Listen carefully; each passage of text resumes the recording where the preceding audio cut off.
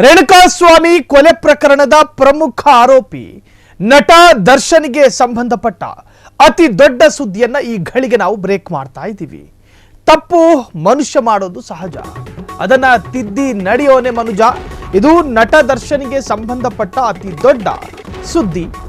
ತಪ್ಪು ಮನುಷ್ಯ ಮಾಡೋದು ಸಹಜ, ಅದನ್ನ ತಿದ್ದಿ ಯಾರು ನಡೀತಾರೋ ಅವನೇ ಮನುಷ್ಯ.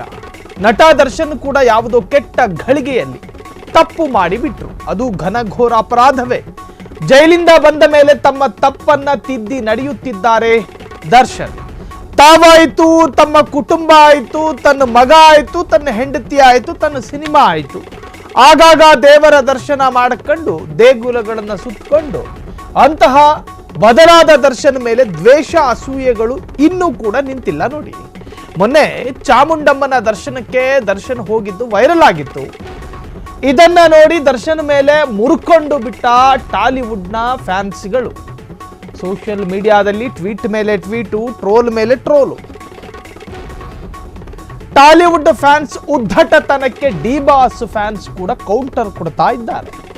ಫೇಸ್ಬುಕ್, ಟ್ವಿಟರ್ನಲ್ಲಿ ಫ್ಯಾನ್ಸ್ ನಡುವೆ ಮೂರನೇ ಮಹಾಯುದ್ಧವೇ ನಡೆಯುತ್ತಿದೆ. ನಟ ದರ್ಶನ್ ಇಲ್ಲಿ ಒಳ್ಳೆಯವನಾಗೋದು ಕೂಡ ತಪ್ಪ. ಇದು ನಟ ದರ್ಶನ್ಗೆ ಸಂಬಂಧಪಟ್ಟ ಅತಿ ದೊಡ್ಡ ಸುದ್ದಿ. ರೇಣುಕಾಸ್ವಾಮಿ ಕೊಲೆ ಪ್ರಕರಣದಲ್ಲಿ A2 ಆರೋಪಿಯಾಗಿದ್ದಂತಹ ನಟ ದರ್ಶನ್ ಕೆಟ್ಟ ಘಳಿಗೆಯೊಂದು ಪಟ್ಟಣಗೆರೆ ಶೆಡ್ಡಿಗೆ ತನ್ನನ್ನು ಎಳ್ಕೊಂಡೋಯ್ತು. ಆ ಸಂದರ್ಭ ಆವೇಶನೋ ಉದ್ರೇಕನೋ ಮತ್ತೊಂದು ಮಗದೊಂದು ತಪ್ಪೊಂದು ನಡೆದು ಹೋಯಿತು. ಅದು ಕಾನೂನಿನ ಪ್ರಕಾರ ಅಕ್ಷಮ್ಯ ಅಪರಾಧ. ಅದನ್ನು ಸಮರ್ಥಿಸಿಕೊಳ್ಳುವ ಪ್ರಯತ್ನ ನಾವು ಯಾವ ಕಾಲಘಟ್ಟಕ್ಕೂ ಮಾಡೋದಿಲ್ಲ. ಆದರೆ ಕಾನೂನು ನಟ ದರ್ಶನನ್ನ ಕಾರಾಗೃಹದಲ್ಲಿ ಇಡ್ತು. ಅದಾದ ನಂತರ ಕೈದಿಗೆ ಕೊಡಬಹುದಾದ ಮೂಲಭೂತವಾದಂತಹ ಜಾಮೀನು ನಟ ದರ್ಶನ್ಗೂ ಕೂಡ ಸಿಕ್ತು. ಅದರ ಪ್ರಕಾರ ಸಂಸಾರಿಯಾಗಿರ್ತಕ್ಕಂತಹ ನಟ ದರ್ಶನ್ಗೂ ಜವಾಬ್ದಾರಿ ಇದೆ. ಈಗ ದರ್ಶನ್ ತಪ್ಪು ಮಾಡ್ತಾ ಇದ್ದಾರಾ? ಇಲ್ಲ. ವಿವಾದಾತ್ಮಕ ಹೇಳಿಕೆ ಕೊಡ್ತಾ ಇದ್ದಾರಾ? ಇಲ್ಲ.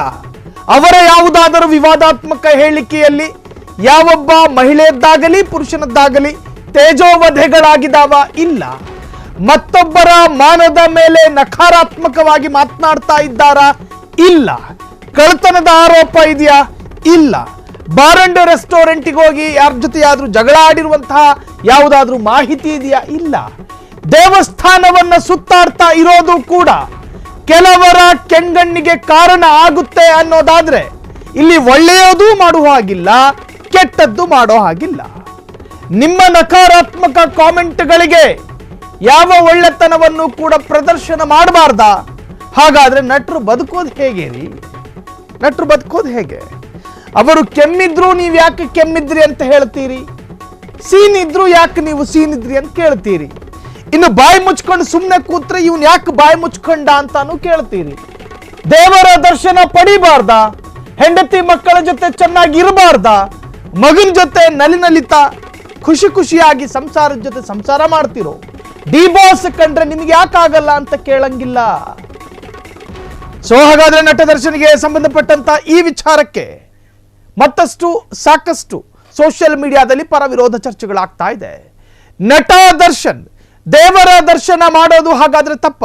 ಈ ಬಗ್ಗೆ ಬ್ರೇಕಿಂಗ್ ಅಪ್ಡೇಟ್ಸ್ಗಳು ಲಭ್ಯವಾಗ್ತಾ ಇದೆ. ಹಾಗಾದ್ರೆ ನಟ ದರ್ಶನ್ ಬದುಕಲ್ಲಿದ್ದಂತಹ ಬಿರುಗಾಳಿ. ಚಾಲೆಂಜಿಂಗ್ ಸ್ಟಾರ್ ದರ್ಶನ್ಗೆ ನೆಗೆಟಿವಿಟಿಯೇ ಉರುಳು. ದರ್ಶನ್ ಏನು ಮಾಡಿದ್ರು ಅವರ ಫ್ಯಾನ್ಸ್ ಬಿಟ್ಕೊಡಲ್ಲ ಅಂತ ಟಾಲಿವುಡ್ ಫ್ಯಾನ್ಸ್ಗೆ ಕೋಪ. ಡೆವಿಲ್ ಸಿನಿಮಾ ಮಾಡ್ತಿರುವ ದರ್ಶನ್ ಪರ ಸೋಷಿಯಲ್ ಮೀಡಿಯಾದಲ್ಲಿ ಫ್ಯಾನ್ಸ್ಗಳು ಪೋಸ್ಟ್ ಹಾಕುತ್ತಾ ಇದ್ದಾರೆ. ಇದನ್ನ ನೋಡಿ ಅರಗಿಸಿಕೊಳ್ಳದ ಟಾಲಿವುಡ್ ಫ್ಯಾನ್ಸ್ಗಳು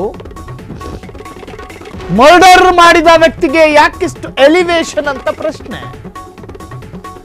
ಇನ್ನು ಏಕೆ ನಟ ದರ್ಶನ್ ರನ್ನ ಆರಾಧಿಸುತ್ತಿದ್ದೀರಾ ಎಂದು ಟೀಕೆಗಳು. ಆದ್ರೆ ಇದಕ್ಕೆ ನಟ ದರ್ಶನ್ ಫ್ಯಾನ್ಸ್ ನಿಂದಲೂ ಅವರದ್ದೇ ಭಾಷೆಯಲ್ಲಿ ತಿರುಗೇಟನ್ನು ಕೊಡ್ತಿದ್ದಾರೆ. ಈ ಹಂತದಲ್ಲಿ ದಚ್ಚು ಫ್ಯಾನ್ಸ್ ಟಾಲಿವುಡ್ ಫ್ಯಾನ್ಸ್ ನಡುವೆ ಮೆಗಾ ಮಲ್ಲ ಯುದ್ಧವೊಂದು ನಡೀತಾ ಇದೆ ನೋಡಿ. ಆ ಹ್ಯಾಶ್ ಟ್ಯಾಗ್ಗಳನ್ನು ನಾವು ತೋರಿಸ್ತಾ ಇದೀವಿ. ಅದೀಗ ಟ್ರೆಂಡ್ ಆಗಿದೆ. ಡಿ ಬಾಸ್ ಎಂಬ ಹ್ಯಾಶ್ ಟ್ಯಾಗ್ ಕೂಡ ಟ್ರೆಂಡ್ ಆಗಿದೆ. ದ್ವೇಷ ಕಾರುವವರು ಒಂದು ಹ್ಯಾಶ್ ಟ್ಯಾಗ್ ಅನ್ನ ಟ್ರೆಂಡ್ ಮಾಡುತ್ತಿರುವ ಹೊತ್ತಲ್ಲಿ ಡಿ ಬಾಸ್ ಫ್ಯಾನ್ಸ್ಗಳು ನಮ್ದು ಕೂಡ ಟ್ರೆಂಡ್ ಅಂತ ಹೇಳಿ ಡಿ ಬಾಸ್ ಫ್ಯಾನ್ಸ್ಗಳು ಕೂಡ ಅದನ್ನ ಟ್ರೆಂಡ್ ಮಾಡ್ತಾ ಇದ್ದಾರೆ. ಡೆವಿಲ್ ಸಿನಿಮಾ ಮಾಡ್ತಿರುವ ದರ್ಶನ್ ಪರ ಸೋಷಿಯಲ್ ಮೀಡಿಯಾದಲ್ಲಿ ಫ್ಯಾನ್ಸ್ಗಳು ಪೋಸ್ಟ್ ಹಾಕುತ್ತಾ ಇದ್ದಾರೆ. ಇದನ್ನ ನೋಡಿ ದಹಿಸಿಕೊಳ್ಳಲಾಗದೆ ಟಾಲಿವುಡ್ ಫ್ಯಾನ್ಸ್ಗಳು ಆತನೊಬ್ಬ ಮರ್ಡರರ್, ಆತನೊಬ್ಬ ಕೊಲೆಗಾರ ಅಂತ ಹೇಳಿ ಅವರನ್ನ ಕಾಲೆಳೆಯುವಂತಹ ಪ್ರಯತ್ನವೂ ಕೂಡ ಅತ್ತ ನಡೀತಾ ಇದೆ. ಅತ್ತ ಕಾಮೆಂಟ್ ಹಾಕ್ತಾರೆ, ಇತ್ತ ಅಥವಾ ಕೌಂಟರ್ ಕಾಮೆಂಟ್ಗಳು ಹೋಗ್ತಾ ಇದೆ. ಪರಸ್ಪರ ಕೆಸರೆರಚಾಟಗಳು ಮಾತ್ರ ನಡೀತಾ ಇದೆ.